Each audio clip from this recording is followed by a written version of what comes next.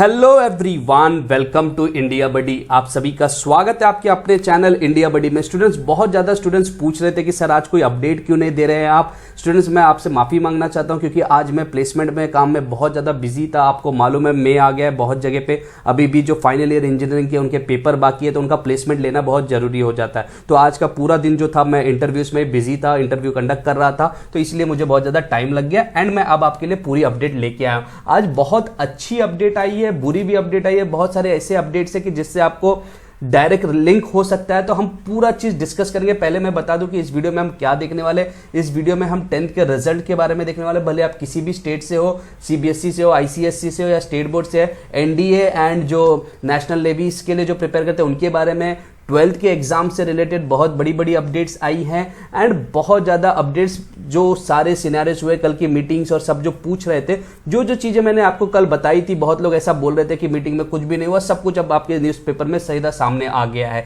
तो इसलिए आपको मैं बता के रख रहा हूँ, आप चैनल सब्सक्राइब करके रखिए। अगर आपको फ्यूचर की अपडेट्स जाननी है परफेक्ट एनालिसिस के साथ, तो आप इंडिया बडी को सब्सक्राइब करके रखिए एंड प्लीज वीडियो को शेयर कीजिए क्योंकि बहुत ज्यादा स्टूडेंट्स हैं जो बहुत स्ट्रेस में है। तो चलिए अब हम स्टार्ट करते हैं हमारा वीडियो। तो सबसे पहला टैब में हम जाते हैं। तो सबसे पहला टैब ये है कि सीबीएसई का जो क्लास 10th का रिजल्ट था, वो जो पहले बोला जा रहा था 20 जून तक आएगा, अब उसको एक्सपेक्टेड किया गया कि वो जुलाई में आएगा। तो जिन स्टेट्स में 10th के पेपर कैंसिल कर दिए गए थे, वहां पे लोग सोच रहे थे कि रिजल्ट शायद सीबीएसई के जैसे जून में आएगा। अब स्टूडेंट जितने भी है, आपका भी रिजल्ट जो होगा वो करीबन जुलाई तक आएगा। तो थोड़ा वेटिंग टाइम रखना पड़ेगा।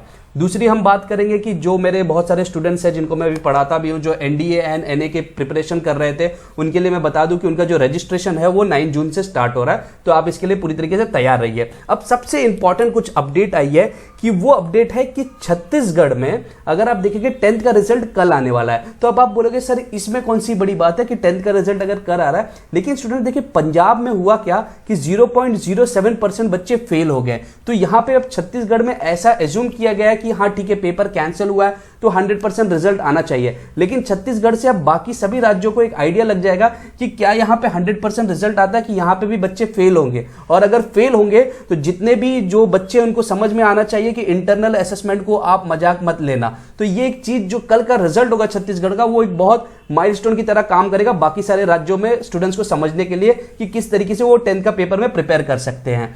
अब हम स्टूडेंट्स बात करने वाले हैं कि सीबीएसई के 12th के एग्जाम के लिए। देखिए मैंने आपको कल ही बोला था कि सीबीएसई का जो 12th का एग्जाम होता है उसमें जो मिनिस्टर, जो एजुकेशन मिनिस्टर थे, उन्होंने कल डिसीजन ले लिया, सेंट्रल साइड में उन्होंने डिसीजन ले लिया, लेकिन उन्होंने वो डिसीजन स्टेट सेक्रेटरीज को बोला है, एजुकेशन सेक्रेटरीज को, कि आप देख लीजिए ये चीज फिजिबल है कि नहीं। कल ये चीज मैंने बताई थी, बहुत लोग बोले थे कि कल कोई डिसीजन ही नहीं हुआ। देखिए वो चीज गलत थी, हर चीज अब आपके सामने आती है। तो यहां पे सिंपल चीज है कि उन्होंने सजेशन मांग लिया, उन्होंने अपना डिसीजन बता दिया, उन्होंने स्टेट सेक्रेटरीज को बोला आप देख लीजिए आपकी स्टेट में ये पॉसिबल है कि नहीं, इस तरीके से आप कर सकते हैं कि नहीं, और स्टेट सेक्रेटरीज अपने रिपोर्ट बना के देंगे और उसके बाद फिर डिसाइड होगा कि जो आपका 25 तारीख या 24 तारीख या लगभग उससे भी 1-2 दिन आगे पीछे वो डिसाइड हो जाएगा, ऑफिशियली अनाउंस कर दिया जाएगा। क्योंकि यहां पे अब एक सीबीएसई बहुत अच्छा काम कर रहा है, वो यूनिफॉर्म डिसीजन लेने की कोशिश कर रहा है।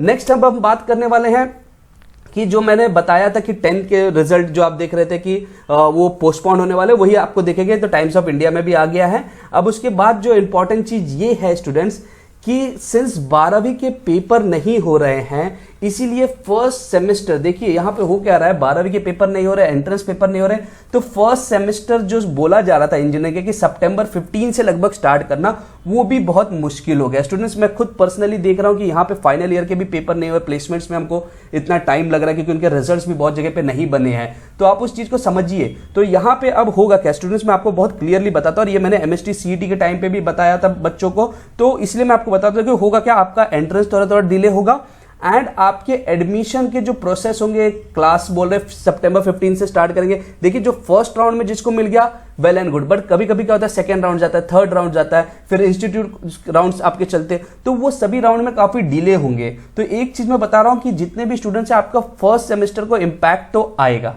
ओके, तो जो आप एक्सपेक्ट कर रहे हो कि नॉर्मल ईयर स्टार्ट होगा, उस समय से वो ईयर नहीं स्टार्ट होने वाला, ये चीज तो मैं आपको बोल रहा हूं।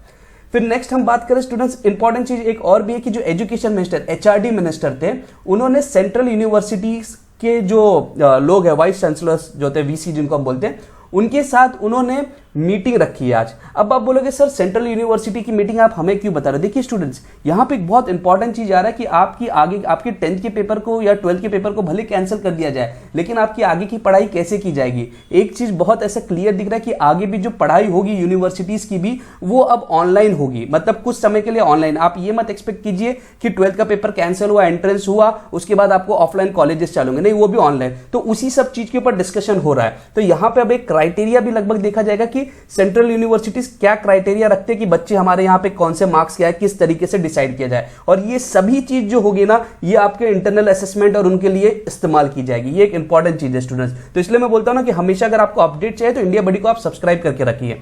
नेक्स्ट अब हम बात करने वाले सबसे इंपॉर्टेंट चीज है कि सीबीएसई के क्लास 12 के बोर्ड एग्जाम में जो सुप्रीम कोर्ट में एक पीआईएल डाली गई थी कि सीबीएसई के पेपर को, 12th एग्जाम के पेपर को कैंसिल करें। अब एक उसके अगेंस्ट, जैसे महाराष्ट्र में कुलकर्णी सर ने अगेंस्ट में डाला, वैसे यहां पे भी केरला के एक टीचर है, उन्होंने सुप्रीम कोर्ट में एक पिटीशन डाली है जो बोल रहा है कि सीबीएसई के 12th के एग्जाम कैंसिल नहीं होने चाहिए। अगर वो कैंसिल हो जाएंगे तो अनफेयर डिसीजन होगा। और यहां पर अगर आप देखेंगे, टोनी जोसेफ नाम है उनका, and he is from Kerala के टीचर है जो इस चीज के लिए फाइल किया है उन्होंने केस। तो अब यहाँ पे क्या हो गया कि आप एक तरफ मांग करते कैंसिल के, एक दूसरा ग्रुप भी आ गया जो बोल रहा है कि कैंसिल मत कीजिए। तो आप समझ सकते हैं इस चीज को काफी ज्यादा ऐसे डिले किया जा रहा है। सो अब तीसरी इंपॉर्टेंट चीज है कर्नाटक के स्टूडेंट्स के लिए। It is very clear, Karnataka के एजुकेशन मिनिस्टर ने बोला ना ही हम कैंसिल करेंगे और ना ही हम पोस्टपोन करने वाले हैं। फिलहाल के लिए उनका अपने एक स्टैंड पे वो अड़े हुए हैं। अब कई बच्चे पूछेंगे सर महाराष्ट्र का पीआईएल का क्या हुआ, महाराष्ट्र में क्या चल रहा है जो 10th के स्टूडेंट्स का पीआईएल? देखिए 10th के स्टूडेंट्स के लिए जो कुलकर्णी सर ने पीआईएल डाला है, उसके हिसाब से जो पूरा पॉइंट देखा जाए, सिर्फ एक ही पॉइंट जो महाराष्ट्र गवर्नमेंट से गलत हो रही है वो है कि उन्होंने अभी तक असेसमेंट के तरीके नहीं बताए। अगर महाराष्ट्र गवर्नमेंट कल असेसमेंट के तरीके एफिडेविट के थ्रू बता सकते हैं तो वहां पे महाराष्ट्र गवर्नमेंट के चांसेस बहुत हाई है और 10th का पेपर कैंसिल ही रहेगा। लेकिन अब ये कल के ऊपर डिपेंड है कि क्या डिसीजन होता है। तो ऐसा देखने को आ रहा है लगभग कि यहाँ पे जो फेवर रहेगा या जो कैंसिलेशन रहेगा वो कंटिन्यू रहेगा। ये थी overall update students, and please इस वीडियो को आप शेयर कीजिए। And thank you very much for watching India buddy. जय हिंद।